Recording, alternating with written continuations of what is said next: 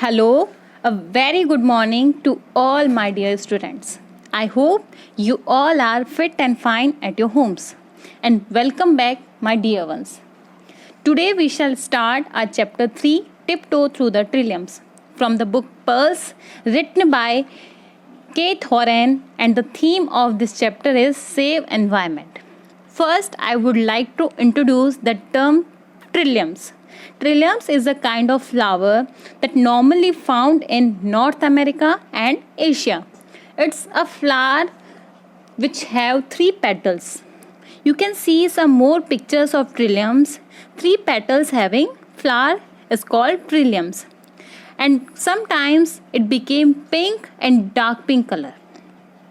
So the chapter is tiptoe through the trilliums means चुपचाप. टिप्टो means चुपचाप दबे पाँव जाना किनके पास? ट्रिलियम्स के पास. And trillium is a very sensitive flower. If you touch it then it will die, it will don't grow back. Okay, so we shall start the chapter now.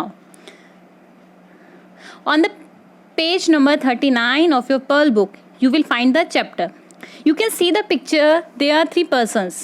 One is mother, second is her daughter, and third one is her pet dog. The trilliums are back. My young daughter has flung the front door open with her announcement. कौन बोलता है?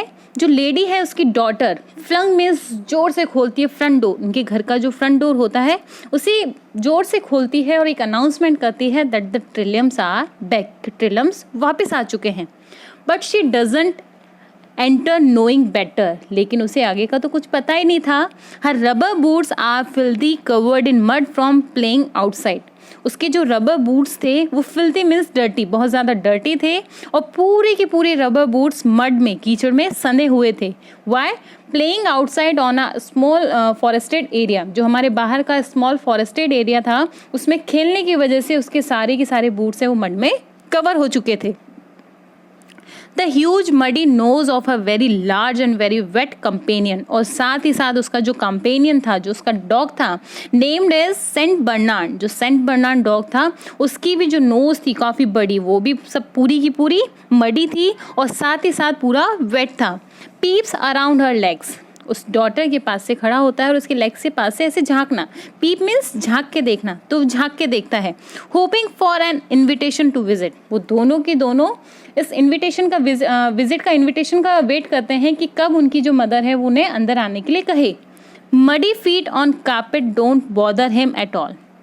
लेकिन उन दोनों के जो muddy feet थे न तो कंपेनियन के लिए और ना ही उस डॉटर के लिए बॉदरिंग थे, उन्हें परेशान नहीं कर रहे थे. Unfortunately they do bother me.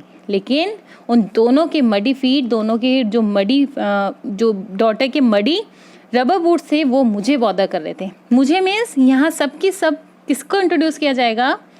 के थॉरेन को. According to the writer the whole chapter is written. Okay, come to the page number 40. Really the trilliums, I respond from the safety of my mud-free zone. तो यहाँ पे mother response करते हैं कि क्या really सच में ट्रिलियम्स वापस आ गए हैं? Yes they are back. वो कहती है बेटी यस वो वापस आ चुके हैं. I can tell she is excited. मैं बता सकती हूँ कि वो बहुत एक्साइटेड थी. And wants me to come and take a look. और चाहती थी कि मैं उसके साथ आऊँ और एक बार जाके उन ट्रिलियम्स को ज़रूर देखूँ. इट्स रेनिंग दो. उस दिन बहुत तेज़ बारिश थी. I will be up to my ankles in mud. अगर मैं जाती हूँ तो मेरे पैर और मेरे एंकल सब कुछ मड में हो जाएंगे. Yet I decide if my daughter and the dog don't mind it why should I. लेकिन तब मैं डिसाइड करती हूँ कि अगर वो रेन वो मड मेरे डॉटर को और मेरे डॉग को कोई माइंड अप नहीं करते, उनको अगर कुछ बुरा नहीं लगता तो मैं क्यों करूँ? मुझे भी नहीं करना चाहिए. After all when is it not raining around here specially this time of the year. और ये तो नॉर्मली होता ही था क्योंकि टाइम के जो इस ईयर का जो टाइम था इसमें नॉर्मली हर तरफ बारिश होती ही थी. So I pull on my own rubber boots and off we go. इसीलिए मैंने अपने रबर बूट्स पहने और उनके साथ बाहर चल दी. A layered canopy of evergreen boughs and leafy branches give shelter from the chilly drizzle. Layered means जो परत बनी होती है. Canopy of evergreen boughs. Boughs means जो main branches होती है ट्री की. कि जो ट्री की जो मेन ब्रांचेस थी वो इस तरह से एक दूसरे से लेयर की हुई थी कि एक कैनोपी मीन्स होता है, आप कह सकते हो कि छत की तरह, प्रोटेक्टिव रूफ लाइक कवरिंग, तो एक छत की तरह वो कैनोपी बनी हुई थी। Leafy branches give shelter from the chilly drizzle. Drizzle means जो हल्की बूंद गिरती है ना, जिसको बोलते हैं बूंदाबांदी, तो हल्की बूंदाबांदी से बचाने के लिए उन जो लीफी ब्रांचेस थी उन्होंने हमें एक शेल्टर दे रखी थी। इट मीन्स एक पूरी शेल्टर, एक पूरी रूफ, एक पूरी कैनोपी बनी हुई थी, जिसकी वजह से उस हल्की बूंदाबांदी से बचे हुए थे। The ground is alive with crackling sound as it soaks up the rain. और जो पूरा की पूरा ग्राउंड था वो क्रैकलिंग साउंड कर रहा था क्योंकि उसने रेन को सोकअप कर लिया था, सौंख लिया था। It's spongy beneath our feet with soggy earth, rotting leaves and bark. और वहाँ की जो हमारी जो नीचे की ज़मीन थी, जो बीनीथ आवर फीट, जो हमारे पैरों के नीचे ज़मीन थी, वो बहुत ज़्यादा स्पॉन्जी हो गई थी। विथ सोगी अर्थ, ज़मीन भी सोगी मीन्स दलदली, जो गीली गीली होती है ना, जब आप मान लो कभी ग्राउंड में मिट्टी हो और आपने कभी उसको वाटरिंग किया हो तो वहाँ की मिट्टी कैसी होती है, सॉगी, तो वो हो गई थी। रॉटिंग लीव्स एंड बार्क, और जितनी भी लीव्स और जो बार्क थे, जो पेड़ों की जो छाल थी, वो रॉटिंग हो चुकी थी। And patches of moss in brilliant shades of green, patches of moss, बड़े बड़े ग्रीन शेड थे, पैचेस बने हुए थे। किसके? मॉस मीन्स नॉर्मली आपने देखा होगा जब बारिश होती है तो आपने ग्रीन ग्रीन का भी शेड देखे होंगे, जिसको हम बोलते हैं काई बोलते हैं ना, तो वही ग्रीन पैचेस बड़े बड़े वहाँ पे बने हुए थे, just because of the rain. I tried to avoid the boggiest part of the path, but the girl and dog walk right on through. मैंने नॉर्मली ट्राई किया कि मैं इस बॉगिएस्ट पार्ट को, बॉगिएस्ट मीन्स होता है जो बहुत ज़्यादा गीला स्पॉन्जी एरिया होता है, मार्शी एरिया होता है, उसको अवॉइड करने की, उससे दूर रहने की कोशिश की, लेकिन मेरी बेटी और मेरे डॉग उनके ऊपर से ही चल दिए। Next paragraph. As we approach an ancient fir guardian of the trail, my daughter slows and holds back her hand, signaling the expedition to halt. जैसे ही हम वहाँ पे, एंशियंट मीन्स बहुत पुराना, जो वहाँ बहुत पुराने जो पेड़ थे, गार्जियन ऑफ द ट्रेल, जो पुराने ज़माने के जितने पेड़ थे, बहुत पुराने पेड़, my daughter slows and holds back her hand, वो थोड़ा रुकती है और साथ ही मेरा हाथ पकड़ लेती है। Signalling the expedition to halt, और सिग्नल करती है मुझे। एक्सपेडिशन मीन्स होता है जब बहुत बड़ा कोई ग्रुप होता है और किसी एक नॉर्मल पर्टिकुलर ऑब्जेक्टिव के लिए, अपने किसी निश्चित उद्देश्य के लिए वो लोग जर्नी करते हैं, और लास्ट में उन्हें जब अपनी जर्नी का एंडिंग होना शुरू होता है कि हम अपने निश्चय तक, हम अपने उद्देश्य तक पहुंच चुके हैं, उसको बोलते हैं एक्सपेडिशन। एक जर्नी, किसी उद्देश्य को पाने के लिए जब कोई जर्नी की गई थी। तो here is the objective to see the trilliums. और जैसे ही उसकी डॉटर को ट्रिलियम्स दिखाई देते हैं, वो उन्हें सिग्नल करती है कि अब यहाँ पे रुक जाओ। द डॉग एंड आई ओबे, तो यहाँ पे उसकी मदर, जो डॉग होते हैं, उसकी बात मानते हैं।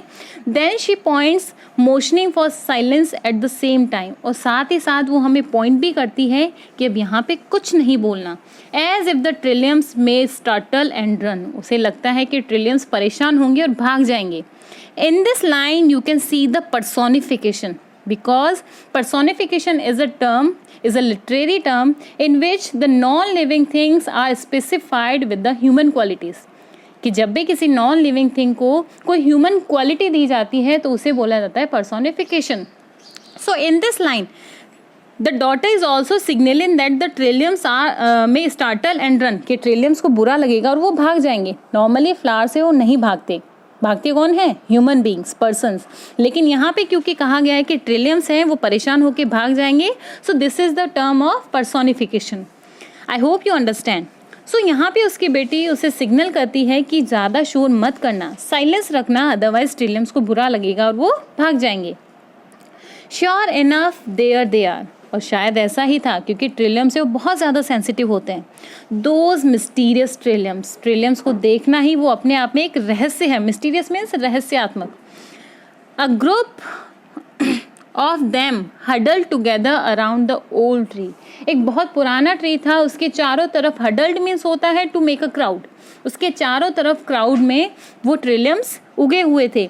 In this picture you can see in your book that there are the trilliums around the beneath of the old tree, sprung from the depth of the earth, जो कि अर्थ की डेप्थ से, उसकी गहराई से उगे थे। Sprung is a third form of spring. Spring means उदय होना। Back in bloom after a long winter, एक लंबी सर्दियों के टाइम के बाद नॉर्मली जो ट्रिलियम्स है वो स्प्रिंग अप होते हैं, ब्लूम अप होते हैं.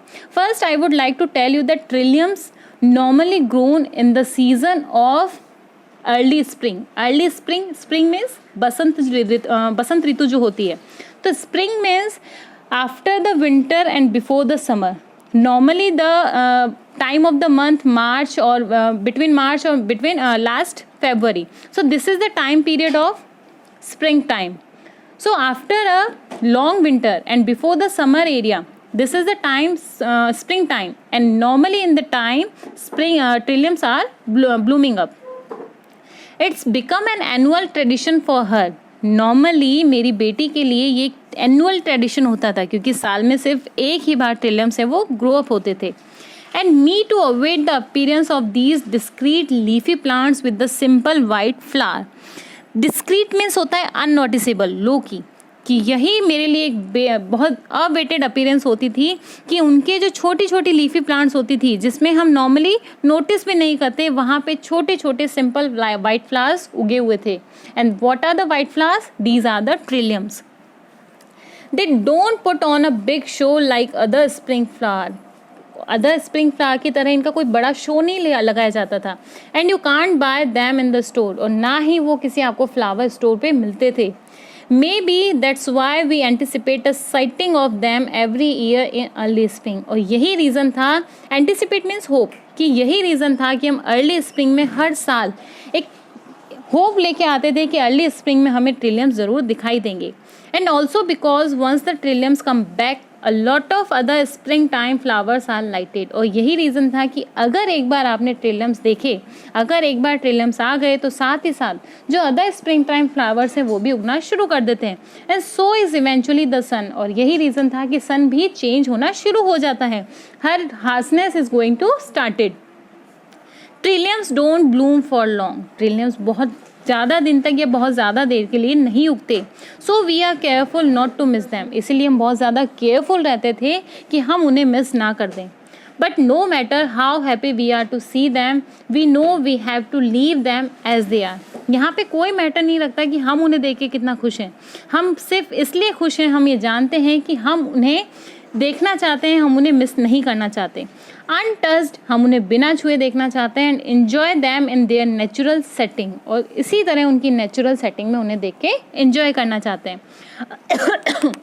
Sorry. Undisturbed they don't grow back when picked. ना उन्हें टच करना, ना उन्हें डिस्टर्ब करना. वाई? बिकॉज अगर आपने उन्हें पिक करने की कोशिश की, उन्हें प्लग करने की कोशिश की, उन्हें तोड़ने की कोशिश की, then they don't grow back. वो वापस नहीं उगते. Satisfied that we have had a moment of observance. और उनकी ऑब्जर्वेंस को देखने के बाद हम बिल्कुल सेटिस्फाइड हो जाते हैं. My daughter leads the way back. मेरी डॉटर है वो वापस घर जाने के लिए लीड करती है.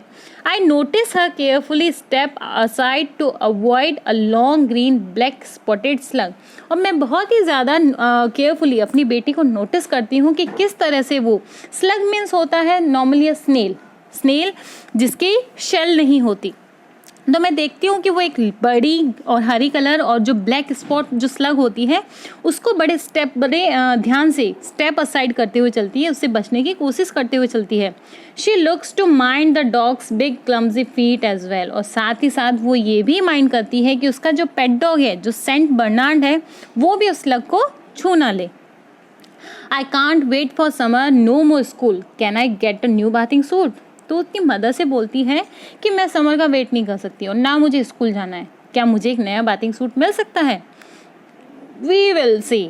तो मदर रेस्पॉन्ड करते कि हाँ देखेंगे. I fondly watch her navigate the trail with both ease and care.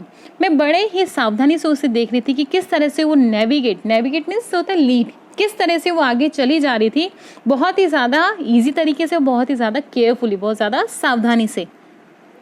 Running her fingers along wet leaves as she walks. और साथ ही साथ जो वो चल रही थी तो छोटी छोटी श्रब्स थी, उनकी जो वेट लीव्स थी उसको टच करते हुए चल रही थी. तो चलते चलते उसके जो हाथ थी वो वेट लीव से होके गुजर रहे थे. Her patronage of the trillium shows more than just an eager anticipation of summer fun. यहाँ पे जितना ईगर, उसमें जितना उत्साह किसी समर फन को एंटिसिपेट करने में या उसमें पार्ट लेने में था, उससे कहीं ज़्यादा उसका एंटिसिपेशन किस में था, ऑस्ट्रेलियंस की पैट्रोनेज को, ऑस्ट्रेलियंस के सपोर्ट करने में उसका फेवर ज़्यादा था। इट मीन्स यहाँ पे उसने समर फन से ज़्यादा इंपॉर्टेंस किसको दी, sighting of the trilliums. It tells me that my daughter loves nature, यही मुझे शो करता है कि मेरी बेटी नेचर को ज़्यादा लव करती है। And I hope we can look forward to the trilliums together for many years to come, और यही आशा मैं करती हूँ कि हम आने वाले सालों में भी साथ साथ हमेशा ट्रिलियम्स को देखने ज़रूर आएँ। सो this is the part of first of this chapter. This is the past. ये एक पिछला समय था जब वो एक मदर एक डॉटर आपस में बातें करती हैं, मदर अपने पूरे एक्सपीरियंस को शो अप करती है। But in the last two paragraph you will find that the daughter has grown up.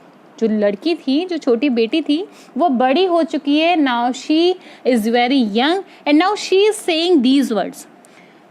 She said but that was all long ago. यहाँ पे वो बोलती है कि लेकिन यह तो बहुत पुरानी टाइम की बात थी। Our family doesn't live there any more. अब मैं और मेरी मदर और न मेरा पेट डॉग वहाँ पे नहीं रहते। It has been decades since I was that young girl playing in the forest with the big and beloved muddy dog. कि ये बहुत पुराना, डिकेड मीन्स होता है a time period of 10 years, कि ये बहुत सालों पुरानी बात है, बहुत डिकेड पुरानी बात है जब कोई यंग गर्ल वहाँ फॉरेस्ट में खेलती थी और अपने बिग और बिलव्ड मडी डॉग के साथ घूमती थी। Those trilliums are long gone and my forest too. अब तो ट्रिलियम्स भी बहुत दूर चले गए और वो फॉरेस्ट भी हमसे बहुत दूर हो चुके हैं, जंगल भी हमसे बहुत दूर जा चुके हैं। Paved over by a housing development, क्योंकि वहाँ पे हाउसिंग डेवलपमेंट होना शुरू हो गया था। But the memories are still with me, लेकिन उस समय की यादें अभी भी मेरे साथ हैं। And how I imagine my mother's memories as I write them here. और साथ ही मैं इमेजिन करती हूँ कि जब मैं यहाँ बैठ के अपनी मदर को याद करती हूँ तो वही मेमोरी वापस से ग्रोन अप हो जाती हैं, लुकिंग बैक थ्रू हर आइज़। और आज भी मैं उन मेमोरीज़ को किसकी आइज़ से देखती हूँ, मेरी मदर की आइज़ से देखती हूँ। My mother and I still look for the trilliums together.